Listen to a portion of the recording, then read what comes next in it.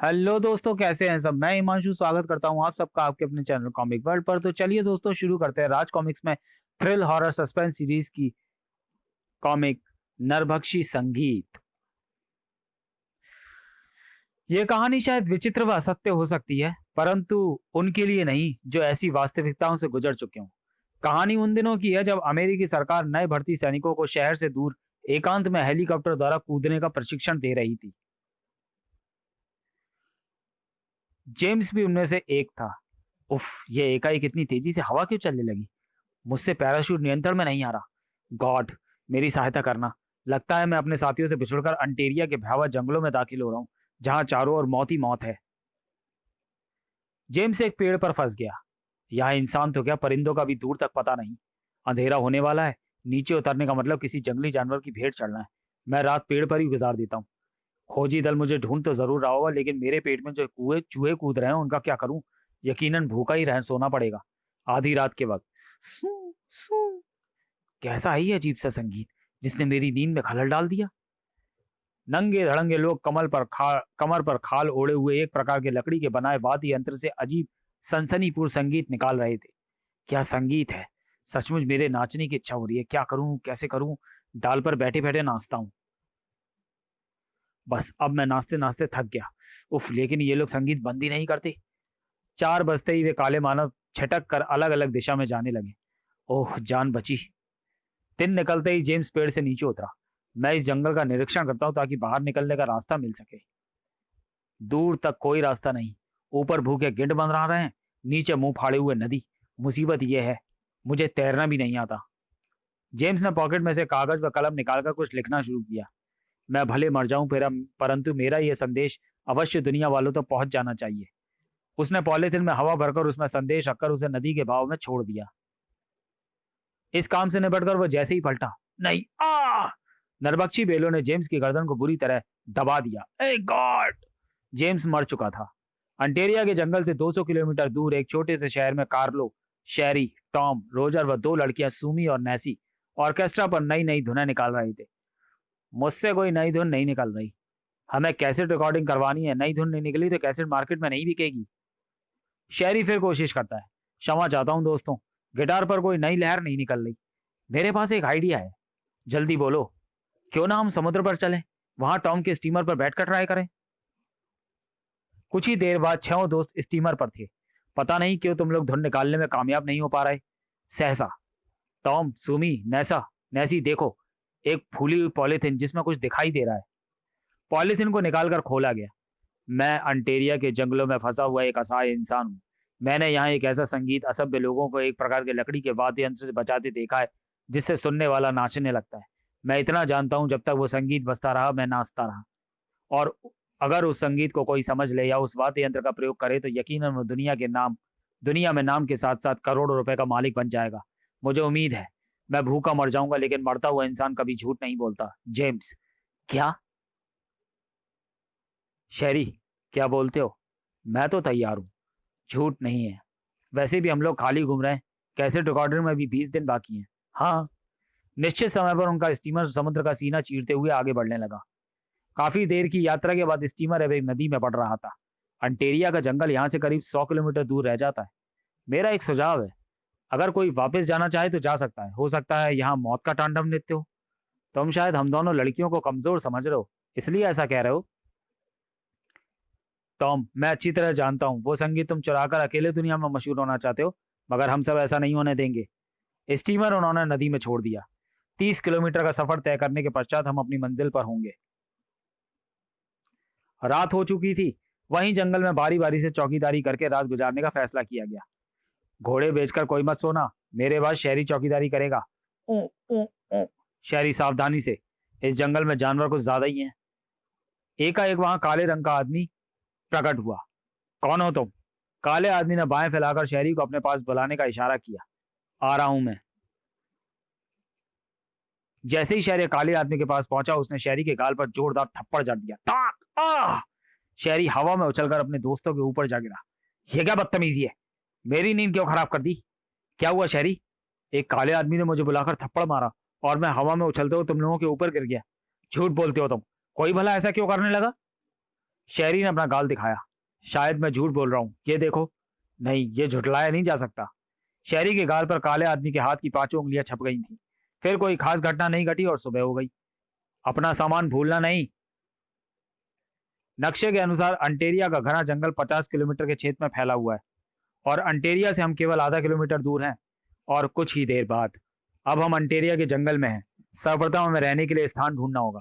अच्छा साहब। अरे वाह, यह बंगला कितना सुंदर है। मेरे ख्याल से यह पूर्ण रूप से खाली है। यह बंगला शायद किसी फॉरेस्ट ऑफिसर ने बनवाया है। और नहीं तो क्या, आपने बनवाया है। बंगले में खाना खाने के बाद रोजर और कार्लो घूमने निकले। रोजर, तुम ये देख चुके हो कि जंगल में कितना डरावनापन है। इससे प्रतीत होता है यहाँ कोई नहीं रहता।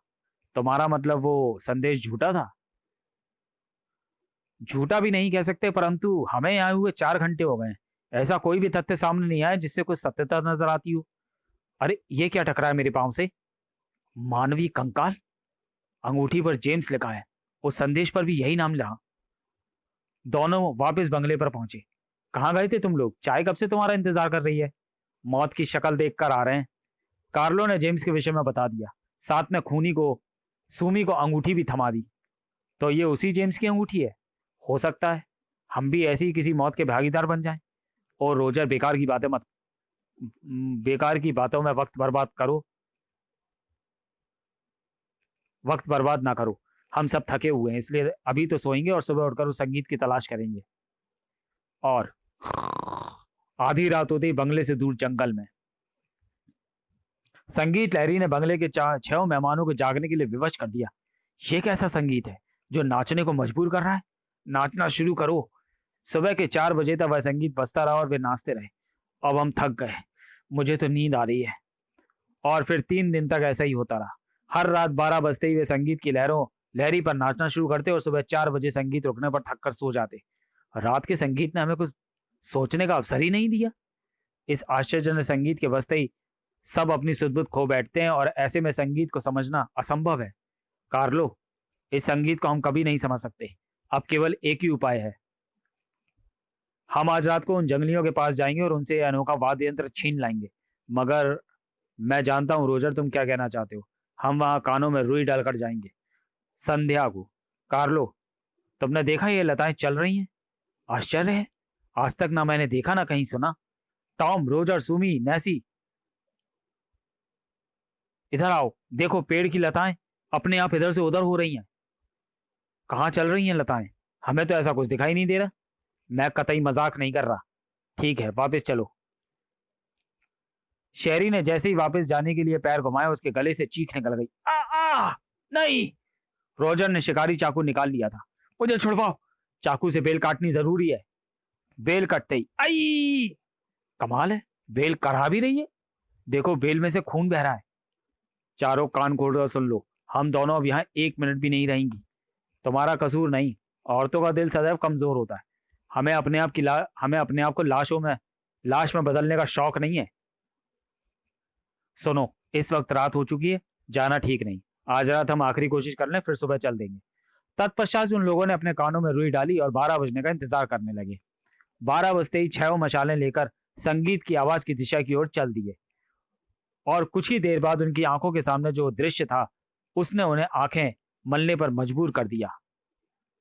तभी 6 की आंखें मिली और उन्होंने एक भयानक निर्णय लिया। उनके हाथ में उनके रिवॉल्वर चमकने लगे और फिर ई आई। भागता कहां है साले? ला ये यंत्र मुझे दे। छोड़ना नहीं। ई। तुम जंगल में कहां रहते हो? कौन सी तुम्हारी बस्ती है? बताओ, वरना हम तुम्हें गोली मार देंगे। ई। कार्लो, रोजर, हमारे हाथ एक भी नहीं आया। चिंता मत करो, एक ही काफी है। यह हमें सही रास्ता दिखाएगा। बेटा, जल्दी से बता, तुम लोगों का क्या इतिहास है। कार्लो, बेकार मेहनत कर रहे हो। इसे शहर ले चलते हैं। वहां ही हमारे इशारे पर संगीत बजाएगा और हम नोट बटोरेंगे। अकस्मात उस काले आदमी का सिर गायब हो गया और सिर से एक बेल उगती हुई ऊपर की ओर जाने लगी। देखते ही देखते वह एक बेल में बदल गया। हाथ मत लगाना, ये नरबख्शी बेल है। असंभव। हा हा हा हा हा हा। कितनी अजीब बात है, एक नरबख्शी पेड़ जो इंसान भी हो जाता है। दूसरी ओर शहरी एक काले आदमी के पीछे काफी दूर निकल आया था, लेकिन वह अचानक ही गायब हो गया था। कहां गया? तभी ऊपर पेड़ के तने पर बैठे एक काले आदमी ने उसकी मशाल बुझा दी। ओ, मशाल बुझ गई। उसके उपरांत 2 मोटे पत्थर उसके दोनों हाथों पर गिरे। ताक ताक। रिवॉल्वर हाथ से निकलते ही शहरी भयभीत उठा। ई नहीं, मैं अभी मरना नहीं चाहता। भागता भागता वह बंगले में प्रविष्ट हो गया। मैं कैसे बचूं? ये जंगली तो हमारी भाषा बिल्कुल नहीं जानते। एक ही उपाय है, मैं रसोई में छुप जाता हूँ। दरवाजा बंद कर दिया, अब वो भीतर नहीं आ सकता। बेल ने उछलकर शहरी की गर्दन को थाम लिया। छोड़ो छोड़ो। जबकि इधर कार्लो, रोजर, टॉम, इस भयावह जंगल से निकल चलो। जाने क्यों मुझे अब डर सा लगता है। तुम्हारा डर अपने स्थान पर उचित है। अब से 3 घंटे बाद हम यहाँ से निकल चलेंगे, क्योंकि हम अपने मकसद में कामयाब हो गए हैं। और बंगले के रसोई घर में ई हा हा हा हा हा हा। ये हंसने की आवाज तो रसोई से आई है। हमारे बीच में से शहरी गायब है। दरवाजा भीतर से बंद है। डर के कारण शायद शहरी भीतर छुपा हो। शहरी, दरवाजा खोलो। रोजर, दरवाजा तोड़ दो। मैं अकेला क्या कर सकता हूं। सबने मिलकर जोर लगाया और दरवाजा तोड़ दिया। ई ओ माय गॉड। शहरी, ये क्या हुआ? ऐसा नहीं हो सकता। रोजर, शहरी की लाश ठिकाने लगाने का इंतजाम करो। यहाँ पादरी नहीं है और फिर हम ऐसा करने लगे तो काफी समय बर्बाद होगा। चलो कमरे में चलते हैं, वहां बैठकर कुछ सोचते हैं। शहरी दोस्तों, शहरी की मौत से पता चलता है कि हमारा नंबर भी आ सकता है, इसलिए अपना अपना सामान बांध लो। अभी रात्रि के 3 बजे थे। सामान तैयार करते करते सबको नींद की झपकी आ गई। तभी खिड़की से बेल प्रविष्ट हुई। ई ई ई और इंसानी शक्ल में परिवर्तित होने लगी। उसने अपना हाथ नैसी के मुंह की ओर बढ़ाया और नैसी लाश में बदल गई। तत्पश्चात वो इंसान बेल बनकर एक बैग में प्रवेश करने लगा जिसमें वो वाद्य यंत्र रखा था। ई ई ई प्रातः। चलो सब उठो और चलने की तैयारी करो। नैसी को भी उठाओ। नैसी उठो। किससे बात कर रही हो? ये मर चुकी है। नहीं, नैसी मेरी दोस्त। सुमी, मत भूलो वो हमारी भी एक दोस्त थी। नैसी की मौत ने उन सबको रुला दिया था। बेचारी नैसी, मैं उसके घर वालों को क्या जवाब दूंगी। उफ, मौत का एडवेंचर। नदी के किनारे हमारा स्टीमर तो जला हुआ है। ये सब शरारतें उन काले भूतों की होगी। हमें किसी तरह निकलना तो है। नक्शे के अनुसार यहाँ से 5 किलोमीटर दूरी पर सड़क है जहां से वाहन मिल सकता है। संभल कर चलना। एक भी पांव गलत पड़ गया तो हजारों फीट नीचे खाई में होंगे। सड़क पर वाहन आ रहा है। लिफ्ट। कहाँ जाना है? कहीं भी ले चलो। शहर में आकर वे सब अलग हो गए। वाद्य यंत्र वाला बैग सुमी के पास था। माँ, मैं आ गई। मेरी बेटी। बेटी, कुछ थकी हुई लगती हो। इस बैग में वजन ज्यादा है इसलिए। ला, मैं इसे स्टोर में रख दूं। रात को। सुमी, डिनर लगा दिया है, अभी आती हूं। सुमी डिनर लेकर सो गई थी, जबकि स्टोर में रखे बैग में से बेल बाहर आ रही थी, क्योंकि बैग की थोड़ी सी चेन खुली हुई थी। ई, ई, ई, ई। बाहर आकर वो बेल काला मानव बन गई और वाद्य यंत्र बचाने लगी। उफ, ये वही संगीत है। मेरी नाचने की इच्छा बढ़ती जा रही है। सुबह। अरे तुम लोग आओ, मैं तुम्हारा इंतजार कर रही थी। सुमी, तुम्हें जानकर खुशी होगी, मैं एक डांस शो करने जा रहा हूं जिसमें उस बाजे का इस्तेमाल किया जाएगा। इससे पहले मैं कुछ कहना चाहती हूँ। कल रात वो तुम्हारा जंगली बैंड 4 घंटे तक बजता रहा। डर के कारण मैंने स्टोर में झांक कर भी नहीं देखा। क्या कह रही हो? मैंने तो डांस शो के लिए लाखों रुपया पब्लिसिटी में खर्च कर दिया है। घबराओ मत, देखते हैं। मैं नहीं जाऊंगी, मुझे डर लगता है। डरो नहीं, हम साथ में हैं। स्टोर रूम का दरवाजा खोला गया। ये रहा वो बैग। लाओ, मैं खोलता हूँ। ये क्या? इसके साथ नरबख्शी बेल। इसका मतलब ये बाजा इसी ने बजाया होगा। इस बेल के टुकड़े टुकड़े करके रख दो। हाँ, साथ ही हर एक टुकड़े को जमीन में दबाना होगा। तुरंत ही उसे काटकर दबाने का निर्णय ले लिया गया। देर मत करो। कट कट कटा कट। आई ई ई ई। पुराने ब्लॉक टावर के पास कोई नहीं रहता, वहां दबा देते हैं। चलते रहो। वे सब आगे निकल गए। बेल का एक टुकड़ा पीछे गिर गया। ई ई ई। थोड़ा और गहरा गड्ढा खोदो। खट खट। बेल को दबाने के बाद चलो, जल्दी इस मुसीबत से छुटकारा मिल गया। अब एक शानदार शो होगा जिसमें शाम के साथ जिसमें नाम के साथ काफी रुपया भी मिलेगा। रात होते ही वो बेल हाथ में बदलने लगी। आ ई ई ई। और वो हाथ शहर की ओर बढ़ जाने लगा। आ, आ, ई, ई, ई। एक स्टेडियम के बाहर कार्लो द्वारा दावा, एक ऐसा संगीत जिसके सुनते ही आप नाचने लगेंगे। अगर आप संगीत सुनकर नहीं नाचे तो 25,000 पाउंड के हकदार होंगे डीलक्स ऑर्केस्ट्रा। आज तक ऐसा नहीं सुना, आश्चर्य की बात है। देखने में कोई बुराई नहीं। बुकिंग घर पर, 4 टिकट मुझे, मुझे भी 10 टिकट हमें देना। मैं कह चुका हूं टिकट खत्म हो गए हैं। रात 10 बजे शो शुरू हुआ। कार्लो स्टेज पर वाद्य यंत्र बजा रहा था। नाचो, क्या संगीत है। दर्शक नाचने लगे, धूम धड़ाम। हॉल में बने विभाजित स्थान से नरबख्शी बेल से बना हाथ तेजी से स्टेज की ओर बढ़ रहा था। नाचो। सहसा हाथ हवा में उछला और कार्लो की गर्दन पर जम गया। संगीत रुक गया। ये क्या है? कार्लो, मैं आ रहा हूं, भागो, ये कोई मृत भूत है। टॉम ने जोर लगाया। कार्लो मर चुका है। कटा हुआ हाथ वापस उछला और बाहर जाने लगा। हट जाओ, मुसीबत सर पर है। शीघ्र पुलिस आ गई। मैं कहता हूं भीड़ एकत्र ना कीजिए, हमें अपना काम करने दें। पुलिस की लाख कोशिशें बेकार साबित हुई। अजीब केस है, मेरी तो समझ से बाहर है। क्या कभी कोई कटा हाथ भी इंसान को मार सकता है? मुझे इंस्पेक्टर पैंथर कहते हैं।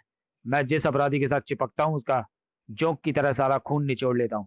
लेकिन इस केस में अजीब बातें देखी हैं। क्या तुम तीनों इस पर कोई रोशनी डाल सकते हो? हम तीनों का शुरू से ही एक उत्तर रहा है कि हम कुछ नहीं जानते। तीनों इंस्पेक्टर से निपटकर घर आ गए। समझ नहीं आता वो हाथ क्या था। वो हाथ नरबख्शी बेल का हिस्सा था। वो दबाने में कहीं छूट गया होगा। याद आया, वो बेल इंसान भी बन जाती है। ऐसा करते हैं, बाकी दबी हुई बेल को जला डालते हैं। इससे शायद उसका अस्तित्व समाप्त हो जाए। रात के सन्नाटे में नरबख्शी बेल को बाहर निकाला गया। अब इसको गॉड भी नहीं बचा सकता। भक, ई, ई, ई। रोजर, बहुत मुश्किल से खतरा टला है। मुझे तो अब भी डर लगता है, पता नहीं वो किस रूप में आ जाए।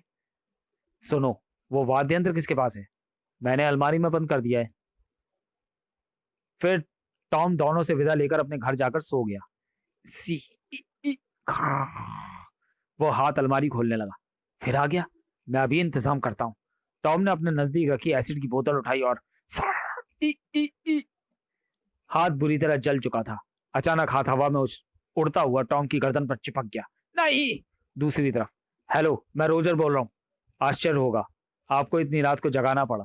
मुझे पैंथर कहते हैं। आपके दोस्त की लाश आपका इंतजार कर रही है। पहले की तरह लाश की भी यही स्थिति है। ऐसा लगता है तुमने किसी की आत्मा को दुख पहुंचाया होगा, वरना एक कटे हुए हाथ का तुमसे क्या रिश्ता है? इंस्पेक्टर अंधेरे में तीर छोड़ रहा था। और इस हिसाब से तुम दोनों का भी कत्ल होना जरूरी है।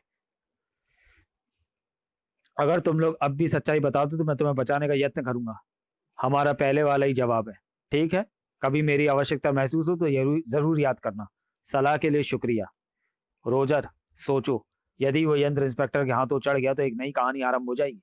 मैं समझा नहीं। वो जिधर भी जाएगा अपने मौत के कदमों का निशान छोड़ जाएगा। नेसी, कार्लो, टॉम, शेरी, सबके मरने का कारण यही है। मैं समझ गया। मौत से बचने का एक उपाय मैंने सोचा है। क्यों ना हम उस वाद्य यंत्र को अंटेरिया के जंगल में छोड़ाएं।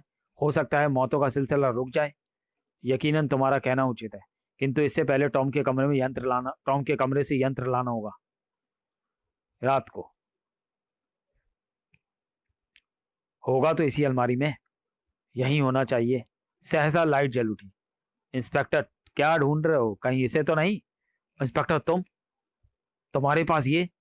आपका शक सही है, वास्तविक कहानी कुछ और है। दरअसल मुझे उसी दिन शक हो गया था जब कार्लो के प्रोग्राम के बारे में सुना।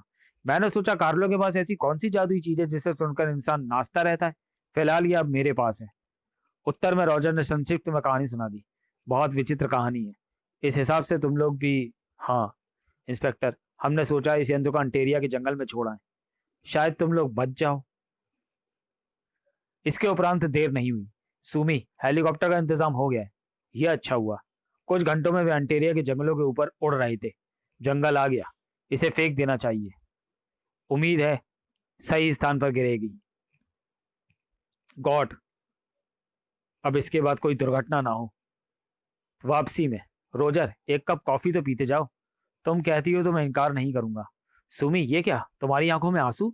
काश कि हम सबने ऐसी गलती ना की होती, तो आज हम हंसते गाते मौज उड़ा रहे होते। समाप्त। तो चलिए दोस्तों, वीडियो को यहीं समाप्त करते हैं और मिलते हैं राज कॉमिक्स में थ्रिल और सस्पेंस सीरीज की किसी अगली कॉमिक्स में अगले वीडियो में। तब तक के लिए धन्यवाद।